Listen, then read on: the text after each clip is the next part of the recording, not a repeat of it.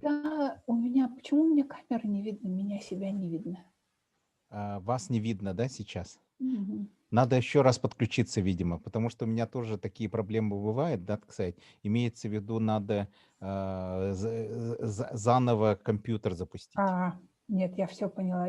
Знаешь, почему? Да, надо заново не запустить, а убрать мне этот MS Teams у меня был включенный. Сейчас я выйду и зайду на минутку. Да, конечно. Сейчас. Вы уже зашли. О, появилась. Появилась. Супер. Хорошо. Супер. Это вы в офисе, да, у себя или где? Нет, это я у сына в комнате. Ничего, да? Супер же. Это что такое? Нет, it's not distracting at all. Даже очень интересно. It's very peculiar, very interesting. What is it? Что это? Догадайтесь. Это спички, да? Что это такое? Спичечные коробки, Какой которые интересный. собирал мой муж, когда был маленьким мальчиком. И его коробки выгнали из этого, с родительского дома, поэтому нам пришлось что-то с ними делать. Частично я сделала вот такую это красиво штуку. же. Но здесь очень интересный один есть экспонат, я не знаю, покажется вам или не покажется. Да, please, yeah. Что за экспонат такой интересный, советского времени? Вот эти вот, написано The Dancing Foxes, видишь, да? Да, The Dancing Foxes, I see that one. Yeah. Да. И еще есть Safeway, вот эти вот. Spars, да. Вот эти, да? Внимательно. Вот, например, Safeway Food Stores, видишь, да? Да, вижу. Старенький. Посмотри, где Made in. Made in where? In Russia? USSR. In the USSR, да, может быть такое. In USSR. Представляешь, это в то время, как Но они были говорили... невероятно дешевые же были. Да, нет, так это в то время, когда они говорили, мы против капитализма и так далее, тихо продавали спички на Запад, оказывается, да? И не только, они же алмазы продавали тихо. Да, мы же знаем. И трактора, Да. Вот. Ну, ладно. Оппенгеймеры и прочие ездили в Москву, их где-то видели, а потом они оказывались в Лондоне и говорили: о, вас, говорят, видели в Москве. Он говорит: я не помню такое. Да. Хорошо, давайте. Наши это умели. Давайте. Так, тогда, значит, сегодня, да, будет презентация слайдов, которая рассказывает о том, как писать хорошо и нормально. Значит, эссе. Английский. Мой план был такой, что я хотела попросить вашего коллегу, забыла, как его зовут. Альберт, конечно. Альберта, потому что он такой компьютерный маг. Да. Я думала, что он может мне сделать какую-то там анимацию. Да, я ему запись эту дам, да, кстати, может он добавит. Он обычно делает это. Какие-нибудь там попросим. Прыгающие, что-нибудь такое. Было бы здорово. Right. Ну и какая у вас погода сегодня? Как обычный вопрос английский. Сегодня замечательное солнце. Сегодня солнце замечательно, но холодно. Я сегодня утром сходила уже, побегала, немножко скользко. Немножко даже это страшно бежать, потому что подскользнуться можно. И как насчет локдауна в вашей стране, имеется в виду? Нас переводят с сегодняшнего дня на 3-й уровень, сказали. Это Абердин именно. Именно Абердин. Да, это значит, кафешки и прочее будут закрыты. Ну, я сильно поэтому не страдаю, потому что все равно не ходим в кафешки. Но для бизнесов-то это плохо. Конечно, да. Перед Новым годом тем более. И это будет длиться сколько, сказали? Это будет до какого-то там 15 декабря, что ли. Ну, в общем, останется там всего каких-то 10 дней, наверное, до Рождества, чтобы нагнать немножечко там и для магазинов, и для этих маленьких бизнесов. Ну, в общем, им тяжело сейчас, конечно. Но наша дамочка сегодня выступала, она сказала, что всем врачам и всем социальным работникам, которые в медицинской сфере работают и работают в связи с ковидом, она дает 500 фунтов каждому. Месяц. Вот нет, одноразовая выплата. Как Одноразовая выплата. Да? Угу. Но это тоже хорошо. В общем, да, это очень хорошо. Я думаю, что она просто, наверное, себе зарабатывает сейчас очки, потому что скоро будет у них выборы S&P. Но во всей этой ситуации S&P, конечно, лучше себя показали, чем кто-либо. И она была такая очень более организованная, чем Борис Джонсон и его компания. S&P, оно переводится как Scottish National Party или как? Партия. Да, Scottish National Party. Но у них там, ну, здесь, общем, наверное, даже нету консерваторов в Шотландии. Есть консерваторы, вот, но они были как бы, в любом случае, хоть они в противовес ей, да, они ее очень хорошо поддерживали в плане вот всех ее мер.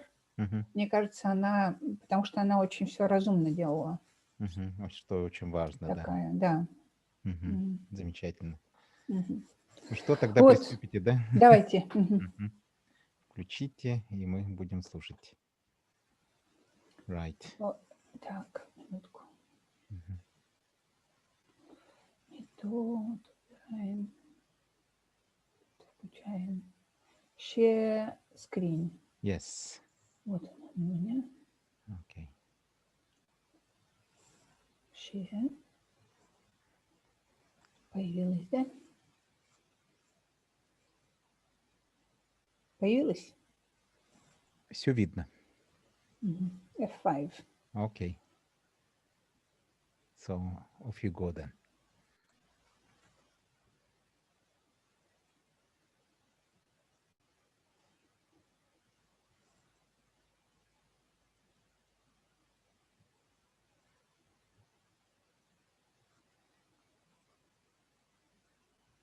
Все видно? Хорошо. Okay. Hello, my name is Tanya Argunova-Low, and I teach anthropology at the University of Aberdeen. And today I was asked to give you a short explanation or presentation on how to write an essay. And I thought that I will make a parallel with writing an essay and baking a cake. And you will understand why. I often have to explain to my students how to write an essay, and today I decided to share that with you. But my first question is, do you like to bake? And if yes, that's wonderful. I like baking. If you do not, then I will explain you why baking is similar to writing an essay. And I hope that by the end of this presentation, you will be able to overcome your fears of baking and try to see baking a cake from a different new perspective, as well as trying to see how to write an essay from a new different perspective. What is similar between a cake and an essay? And this is a metaphor, of course. And when I teach my students, I often find that metaphors help a lot. So cooking and baking metaphor is helping in this particular case.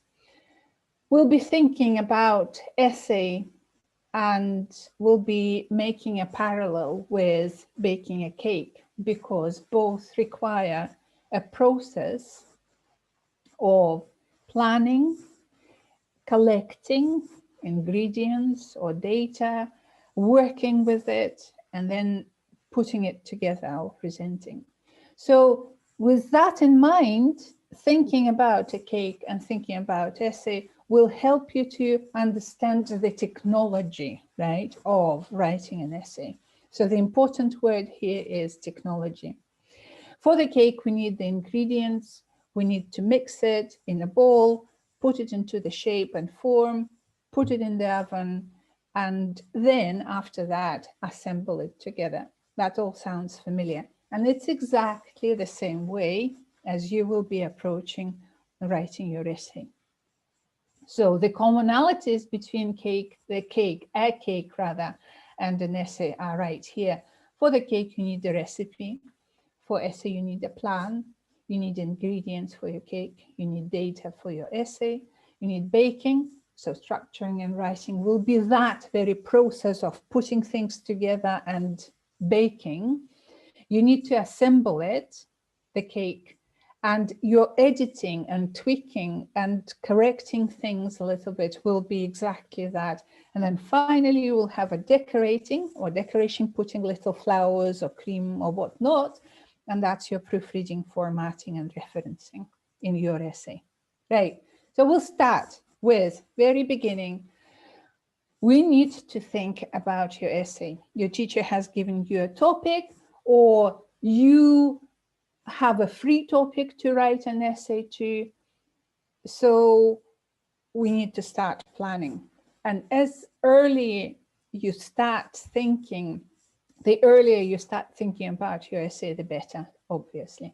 What is the topic? What do you know about it? What do you want to say? Or do you have very strong opinions about that particular topic already? And if you have something important and strong to say about that particular topic your teacher gave to you, it's wonderful. So keep that in mind.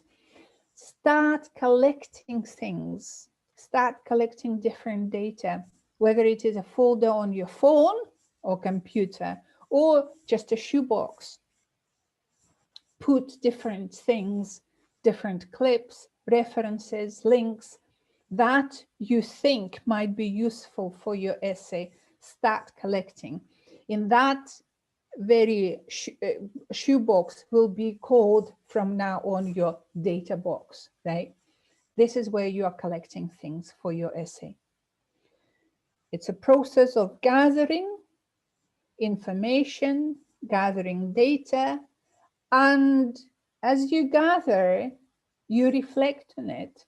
As you gather, you think about it. As you gather, you kind of analyze already bits and pieces. So your box is not only just mechanical collecting of data and information, it's the mental process at the same time, because at the same time, you will start processing things in your mind and keep thinking about your topic and things you want to say. So what is data? As we said, your data box will get different pieces of information. It might be readings, it might be articles, it might be quotes, citations, different interviews. In anthropology, the subject that I teach, we get quite a lot of raw data that is from interviews with people. So it might be something that somebody said, their opinions, everything goes into that box. This is your data, the data that you will be operating with. When you bake a cake, that's your ingredients: eggs, flour, sugar, baking soda, and stuff like that. These are all your ingredients that are specified by your recipe. You don't put nuts in certain recipes, but you do in others. So that's exactly what it is. You've got a bowl, collect all these ingredients, you've got your shoebox, and you collect your data.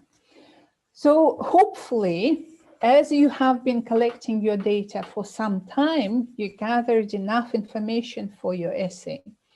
And before starting to write actually and type your words, I ask you to revisit that data box again. Take your shoebox, take things out, and organize this data in certain clusters, whether this is related to history of your topic, or whether this is related to some opinions of experts or something like that. So organize it into logical groups, which then will help you to make your structure of your essay. So revisit all your data.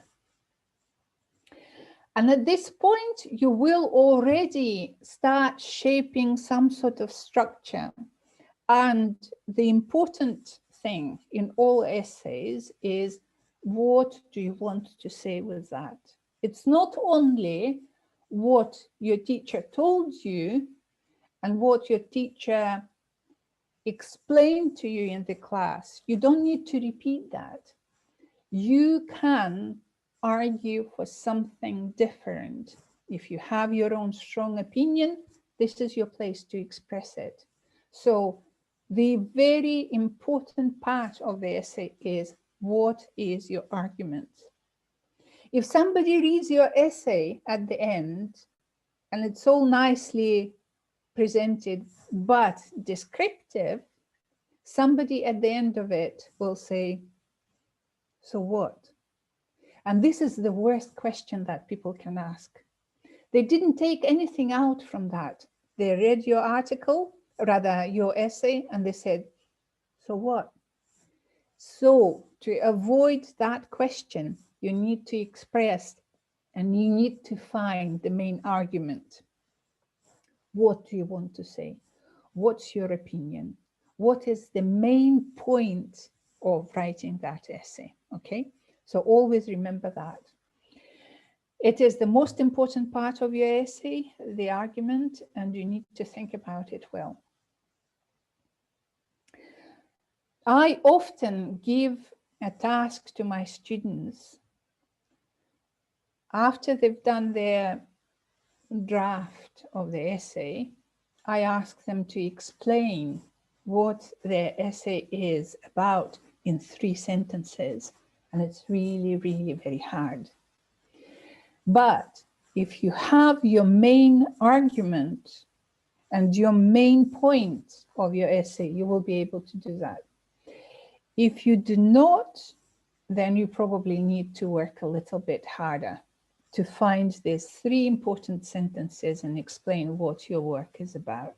That will be your argument. Right.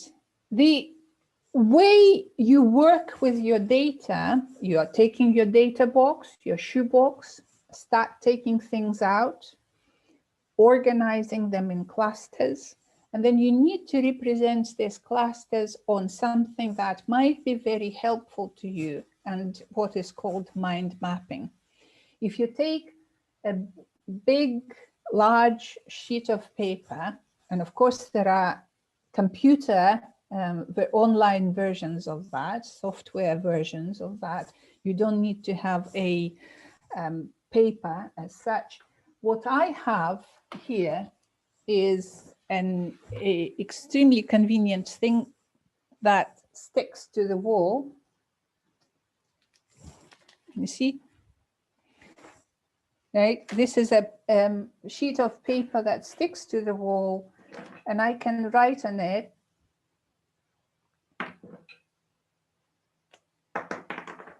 I can write on it, and I can easily wipe it off. It's like a whiteboard, but thinner, and I can use it at home. So it sticks anywhere, really. So that is extremely convenient for using for your mind maps, right? Your mind map is a way where you present things, these clusters of thoughts, your history of the topic, expert's opinion, something else, you know, depending on the topic, obviously.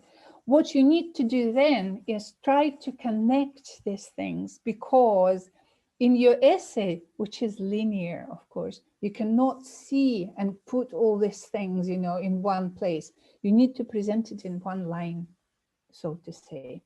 So try to find ways that all these different parts, different bubbles in your mind map will be connected. That way, you will start creating structure of your essay. So here we are, and structure is important because it needs to present your argument or present your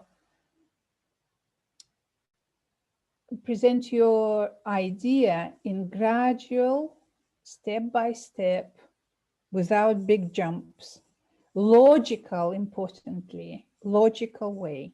So it has to be gradual and logical way of explaining your argument. And that's why structure is extremely important. You don't jump, back and forward. Now, in UK, people normally work with word limits. It might be different in the Russian academic environment. You might be given pages to write, but whatever, pages or word counts are all very useful to start working with your essay and structure, right? The important part that I teach my students is to start working with word budget. That is, how much do you allocate to different parts of your essay? An important part to know is, of course, that there are 3 parts in your essay. There is always an introduction, there is always main body, and there is always a conclusion. You can't avoid that, full stop. So that's a given. And your word budget or page numbers have to be distributed evenly. There are proportions everywhere. So there are proportions in essay. So as a rule of thumb, as we say, that is unwritten rule, you need to allocate 10% of your total count, whether words or pages, 10% of that to your introduction and 10% to the conclusion. So your 80% is your main body. That's what you are working with. And in fact, it's much easier to start working with word budget because it then breaks down this 6,000 words to write. That's a huge amount. But if you think that 600 words has to go for the introduction and 600 words to the conclusion, so that's already 1,200 words out from that count, and it leaves you only with 4,800 for the main body. That's easy, it's not 6,000. So think about that. It will make your life a little bit easier. Word budget or page numbers, per page budget, if you want, will help you a lot. And yes, don't forget about title. Title is very important, but that will come to the end. Now, I normally ask my students to write introduction and conclusion at the very end. You don't need to do it at the very beginning. What is your main concern is your main body, right? Main part. And that's what you need to sort it out, because this is where you explain your main argument. This is all where your main effort should be consolidated. And also because whoever reads your essay, whether these are teachers or, I don't know, markers, or maybe somebody from outside will be reading, they will be paying attention to that main part. That's where you need to put your main effort. Yeah, so introduction and conclusion will be at the very end, and I will explain you why. Introduction and conclusion are like reflection in a mirror, if you want, right? So once you've done your main body and you know exactly what you wanted to say, and you know exactly what's your main argument, put it away, and then you start writing your introduction. You know what's in your main body, so you need to create this introduction as a warning to your teacher, whoever is going to read, or what they need to expect. So it's a warning, an introduction, really, a briefing, or better to say, announcement of what is coming. You take your reader as a person who is going to drive on the road. Again, another metaphor, right? So there is a person who drives on the road, and you need to give them warnings of what is coming.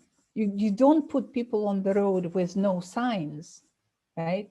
Your introduction is a sign. It explains you where you are going to, what is coming, and how many kilometers is still to go. So think about your introduction exactly like that. Think about introduction as an announcement. Tell the teacher, myself, Vasily, whoever is going to read, what is coming there, right? So normally your introduction will be in future tense.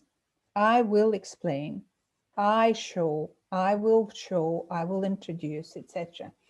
Your conclusion is a mirror reflection. The only thing is in the past, where after your main body, you put your conclusion and you draw attention to what you've done, explaining how you've done it, how you came to that particular conclusion, what was your argument, and why was that your main argument. Don't introduce anything new in the conclusion.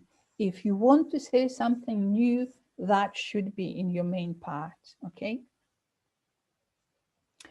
And then finally, we put the cake together. So you've got everything, you've got introduction, you've got middle, main part, you've got conclusion, you've got your title. So you just need to put these things together.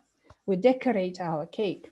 So we put things, layers, we put cream, we put nice, I don't know, flowers or what do you put on top of the cake? Okay. Cherries, something like that. So cherry on the cake, of course. So, and that's exactly what you do at the end. So once you've done everything, please, please, please go through again. Don't just submit it straight away. You need to check for spellings, grammar, syntax. There are always mistakes. And believe me, here in UK, we reduce marks of the students if they've got mistakes in their essays. Big deal, you know. So check spellings, grammar, syntax. If everything that you read yourself and you suddenly stumble and you have to reread it again and again, then the problem is with the sentence and not with you. So change the sentence. Another advice is if you can give that draft of your essay to somebody else to read, your friend, and that's always very helpful because they have a different eye from you. They've got a different ear from you. They have not been engrossed in this topic. They might see very obvious gaps in your essay. So be prepared to be criticized, but criticism is always really very good because it will in the end make your essay better. So take it as an advantage and as a great thing that you can get somebody's criticism. And then simple things, check references, check that you put your name, page numbers, and if there are any images that might be used for your essay to highlight the points. Images, again, have their own purpose there in the essays. They are not a distracting tool, but a highlighting tool. Think about it like that. And so that's it. And you are done. And only then you can submit and wait for a very good mark. How about that? Excellent. Very splendid. So I'll stop sharing now. Yes, you can. Mm-hmm. Cool. Fantastica. Good. It's fantastic. Yes. Very wonderful. Thank I must you. say. Yes, I like it. Explain a lot, you see. And actually about the structure and things like that, which is very important. And about the word budgets and everything. Something that actually we miss all the time.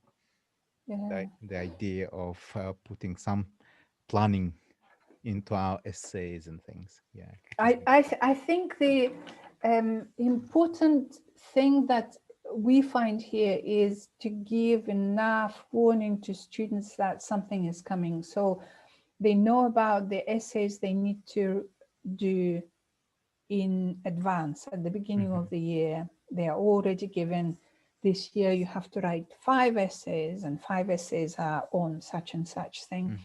To give them enough time, I think, to create these shoeboxes where you can put things and start thinking about it, you know, slowly and gradually. And only then you can demand something from them if you gave them enough warning, I think. Right. Yeah. Yes, indeed. Just a couple of a week ago or something, I had the pleasure of talking to Zoya. She's a lady from Cambridge, and she's from the Peterhouse, which is a fantastic place, I must say. And she was actually telling me the story how wonderfully and beautifully people write essays, especially the students that are coming from Singapore and Hong Kong, places like that. And she was extremely impressed. Do you had any come across with that sort of, experiences of having just undergraduate students that they can write essays in a very high quality essays? Yeah. You do come across, not necessarily from Hong Kong or else, you know, or these Singapore. places, but Singapore. But you do come across amazing essays, and when that happens, it's a joy to read, absolute delight. And yeah, you kind of become proud. Obviously, it's not me and it's not us who made that person, you know, to write so well, but it's just to have that person in your class is a remarkable thing, and you want to read, and I store these, you know, essays that I like most. I store them. I don't know why, you know, just to encourage myself, maybe, I don't know, for something. It's aesthetic thing also. But surprisingly, sometimes these come from people who you do not expect, and that's a big surprise, you know. So you have a big class, for instance, and everyone in the class has a word and they speak, and there are normally the leaders who always talk and who organize everyone else. And that's okay when they produce really very nice essays, that's wonderful. But then if somebody else whom you haven't managed to suss out in the class creates this beautiful essay, that's so really makes me very happy. Yes, sometimes happens like that. You never But expect it. yeah, but I also had a chance to be with a few people in my life, my colleagues and mentors, rather, you know, they were teachers, with whom I was sitting at the time as they were writing. And the way the words were coming out on the page or on the screen, and how the words were connecting, it was almost like a dance. And at some point I was thinking that it was like a ballerina dancing really on her points, because it was so light, so effortless. And that's always a strive, an ideal, you know, for me to be able to write that well.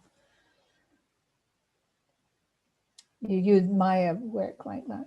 Yes, indeed. Indeed, yeah. I used to like, for example, this sort of shared experiences with my friend Keith Hill. Do you remember Keith? Yes. He had a wonderful touch, in writing things and so He on. wrote well as well. Yes, and he was from the old school, Obviously, he was a gentleman who was actually went to school when there was a war. So he had all these experiences and things. And after that, he went to the Trinity College in Cambridge, which is quite a nice college, I might say. Yes. And also he was in some very nice private public school, that is, which actually makes also things easier a bit. Yeah, totally. Yes, people do train themselves into a very high degree of experiences and knowledge of writing papers like that. Yeah. And I very much hope that kids that are watching us and striving to get higher marks in the essays will be very carefully listening all our conversations and take a note on the slides that you have seen today. So that will be my hope for this particular broadcast. So excellent. thank you very much. Thank you. Thank you.